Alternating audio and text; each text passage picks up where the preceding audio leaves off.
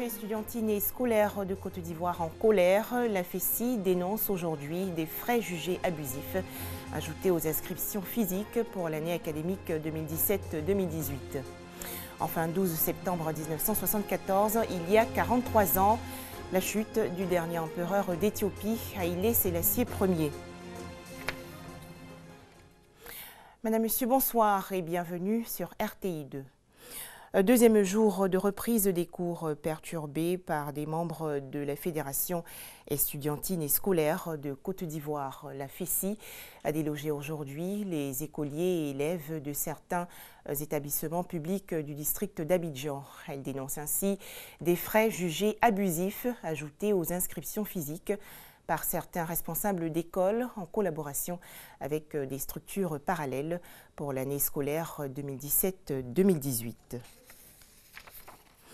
Et pour cette rentrée académique 2017-2018, l'accès à l'éducation des filles est un combat. La ministre de la Solidarité, de la Femme et de la Protection de l'Enfant était récemment à Kouto, dans la région nord du pays. Objectif, sensibiliser les populations à la scolarisation des petites filles. La ministre Mariatou Koné a également offert des kits scolaires aux enfants. Le point avec Soro Corona et Kwadio Kwame de RTI Bouaké.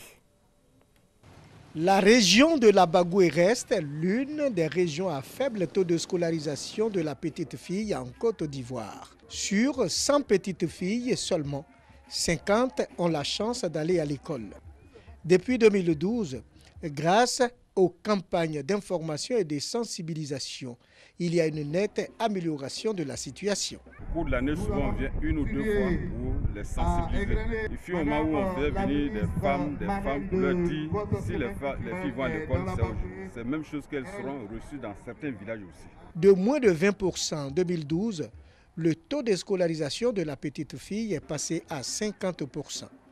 Pour atteindre l'objectif du président de la République, Alassane Ouattara, qui est la scolarisation à 100%, les initiatives pour la sensibilisation se multiplient sur le terrain. La ministre de la Femme, de la Protection de l'Enfant et de la Solidarité s'est rendue dans le village de Tendara, département de Kouto. Mariatou Koné est venue sensibiliser les populations sur l'importance de la scolarisation des enfants, surtout de la petite fille.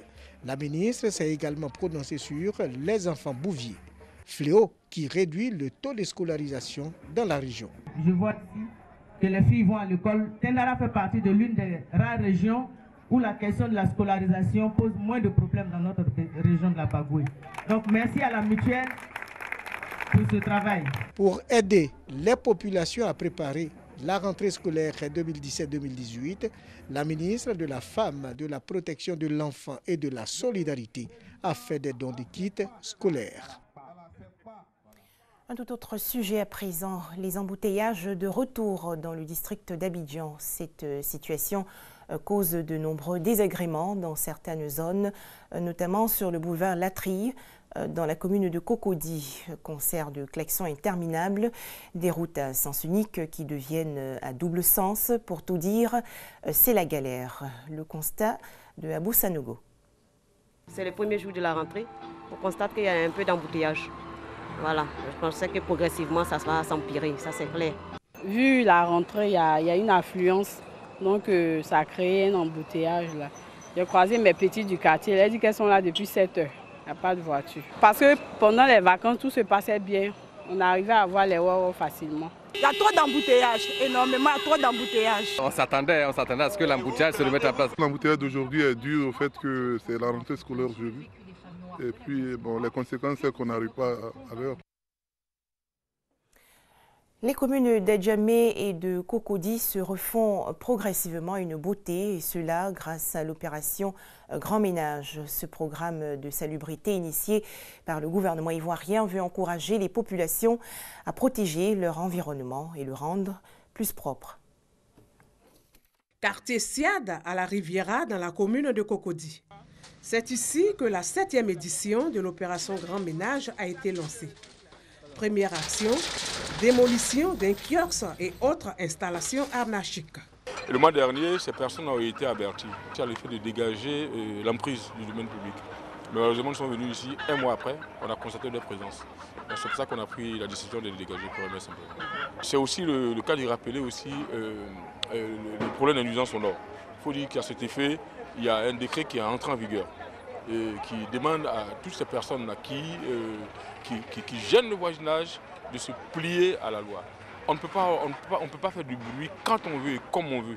Donc pour cela, on va sévir aussi. À quelques encablures de ce site, une ONG œuvrant dans le domaine de l'environnement décide d'entreprendre des actions d'embellissement. On a remarqué que c'était un espace qui était pas très agréable à vivre. Et puis là, comme il y a une pharmacie encore, on a voulu encore rendre l'espace plus agréable et puis donner un peu à la cité de belles couleurs. On a essayé de mettre des pavés, de mettre du gazon et puis mettre un peu de peinture, faire des graffitis pour rendre un peu le coin plus agréable. Cap sur la commune d'Adjamé. L'équipe du ministère de la Salubrité, de l'Environnement et du Développement durable trouve transporteurs, commerçants et artisans à la tâche. C'est nous qui saluons. Nous avons le droit de balayer le coin. Quand c'est salu, ça donne les maladies. Maladies comme fièvre typhoïde, tout ça, les maladies sales quoi. Ça nous promet ça. On a le droit de vendre, on a le droit de balayer aussi. Notre mission, c'est accompagner Madame la ministre de la Salubrité dans sa mission de grand nettoyage, de grand ménage. Nous sortons chaque grand ménage pour sensibiliser les commerçantes, les transporteurs, de balayer eux-mêmes les sites, ramasser et puis aller jeter dans les gros coffres. Nous avons ramassé les ordures dans les caniveaux, les mettre dans les gros coffres. L'opération Grand Ménage a été lancée le 4 mars dernier par le gouvernement. Elle consiste, entre autres, à rendre propre son cadre de vie à travers des actions de salubrité et à donner fière allure aux villes et communes de Côte d'Ivoire. Des nouvelles sportives à présent avec les temps forts du championnat national de Jiu-Jitsu. Le Jiu-Jitsu, c'est un art martial japonais. Plus de 50 athlètes ont participé à cette compétition dans la commune de Cocody. Le point avec Samuel Metch et Arsène Kouassi du service sport. Le temple du Casa des Deux Plateaux a vibré au rythme du Jiu-Jitsu avec les combats au sol et les épreuves de fighting system. Au total, 45 combats ont meublé cette journée du championnat national du Jiu-Jitsu et de défense personnelle. En finale, du Newaza, Jean-Philippe Sauvy de l'AEJJ prend rapidement la mesure de Donga Okie de la SOA. Dans la catégorie des moins de 69 kg, Toussaint Yao s'impose par immobilisation face à Alexandre Kouassi. Chez les moins de 94 kg, Moïse Cocotré de l'AEJJ prend le dessus sur Philippe Ganli sans trop forcer. L'attraction du jour est venue de la catégorie des moins de 85 kg dans le combat entre Métankone et Stéphane Bazier. Ces deux tireurs se tenaient jusqu'au terme du combat. Finalement, il a fallu patienter quelques secondes pour voir le sociétaire de Koumassi Jiu-Jitsu l'emporter aux dépens de Stéphane Bazier. En moins de 74 kg, Aristide Dibonan n'a éprouvé aucune difficulté pour venir à bout d'Anissé Kwame. Enfin, dans la dernière confrontation, catégorie moins de 77 kg, Yannick Zouzoua de Yopkro Jiu-Jitsu Club a eu raison de son coéquipier Béranger Seka de la même écurie. C'est donc à juste titre que Yopkro Jiu-Jitsu Club remporte le championnat avec au total 2 médailles d'or, une en argent et une en bronze. Bel esprit de convivialité salué par le président Paul-Aimé Crisois. Ça a été une très belle manifestation, une belle journée, dans la mesure où vous avez vu avec nous tout l'engouement qu'a suscité cette compétition. Dans l'ensemble, nous sommes énormément satisfaits. Un véritable test grandeur nature. En attendant les championnats d'Afrique prévus du 22 au 24 septembre à Brazzaville, au Congo. Près de 200 rassemblements aujourd'hui dans toute la France pour contester la réforme du Code du travail sur laquelle le président Emmanuel Macron refuse de céder. À noter qu'il n'y a eu aucun trouble en province. À Paris, la capitale, en revanche, des heurts ont éclaté. La Corée du Nord, sanctionnée une fois de plus par les Nations Unies. Le Conseil de sécurité a en effet adopté hier une nouvelle résolution prévoyant notamment des limitations dans son approvisionnement en pétrole et en gaz. Cette 8e série de mesures vise à punir les Nord-Coréens pour leur essai nucléaire du 3 septembre dernier. Des images à présent, de nombreux réfugiés fuient leur pays natal en guerre pour émigrer en Syrie malgré la crise. Ils sont environ 55 000 étrangers. Enfin, 12 septembre 1974, Haïlé Sélassié Ier n'est plus empereur d'Éthiopie. La famine dans le pays, les manifestations étudiantes et autres mouvements de grève minent son pouvoir. Le souverain éthiopien est alors renversé par un coup d'État mené par un groupe de 120 militaires. Quelles sont les conséquences de la chute de Haïlé Sélassié Ier? Les explications de Herman Niamia. Haïlé Sélassié est déposé calmement par une junte militaire le 12 septembre 1974 après des mois d'insurrection.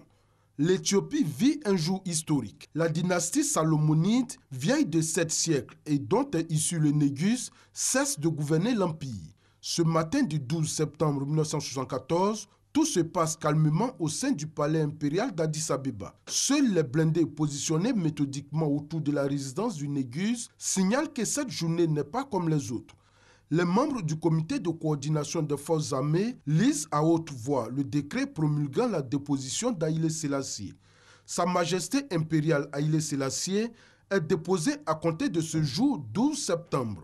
Le prince héritier Mérid Asmach Asfa Hossein assumera les fonctions de roi d'Éthiopie. La cérémonie de couronnement aura lieu lors du retour au pays du prince héritier. Le roi sera un personnage honorifique et n'aura aucune autorité sur l'administration et sur la politique du pays. Le Négus reste impassible. Voilà quelque temps déjà qu'il avait accepté son sort. L'issue était inéluctable tant la révolte sourde qui agitait le pays depuis le début de l'année 1974 était devenue intenable. Ce jour-là, la seule manifestation de violence à l'encontre du souverain viendra de la foule qui criera dans les rues de la capitale « Voleur, pendez-le ». Au moment où il sortira du palais du Jubilé, sous étroite escorte militaire pour monter dans une coccinelle bleu clair. Cela fait des mois que la société éthiopienne bouillonne. Dans les campagnes de la région du Wolo, le terrible voile de la famine s'est abattu depuis 1973, faisant près de 200 000 morts. À Addis-Abeba, chaque journée est ponctuée de manifestations d'étudiants mus par une idéologie marxisante. Alors que la catastrophe humanitaire du Wolo est tuée par le pouvoir, des universitaires et des étudiants s'organisent. Certains décident de se rendre dans cette région du Nord pour témoigner de la famine. Entre janvier et septembre 1974, toutes les couches de la société expriment leur mécontentement, pacifiquement ou violemment. Des soldats se mutinent à Debre Saïd le 10 février ou encore dans la province érythréenne qui n'est pas encore indépendante à Asmara le 25 février. On s'attaque aux bus de la société de transport et on vilipende le régime autocratique, féodal et l'aristocratie qui vit dans un luxe ostentatoire. Le 5 mars 1974, le Négus s'adresse à ces sujets promettant des réformes et l'instauration d'une monarchie constitutionnelle. Mais il est déjà trop tard. L'heure est à l'auto-organisation et à la révolte. Le 7 mars, l'Éthiopie vit sa première grève générale. Plus inquiétant encore, des dignitaires de l'Église orthodoxe, institution réputée acquise à l'empereur, manifestent contre la corruption dont seraient coupables des personnes proches du pouvoir. Emprisonné à la suite de sa déposition, Haïlé Sélassié décède dans des conditions mystérieuses, près d'un an après sa chute, le 27 août 1975. Plusieurs hypothèses ont été avancées pour expliquer les causes de son décès. Strangulation, complications liées à une opération. Pour certains, il serait mort étouffé par Mengistu sous un oreiller imbibé d'éther. Aujourd'hui encore, les circonstances de sa disparition n'ont pas été clarifiées.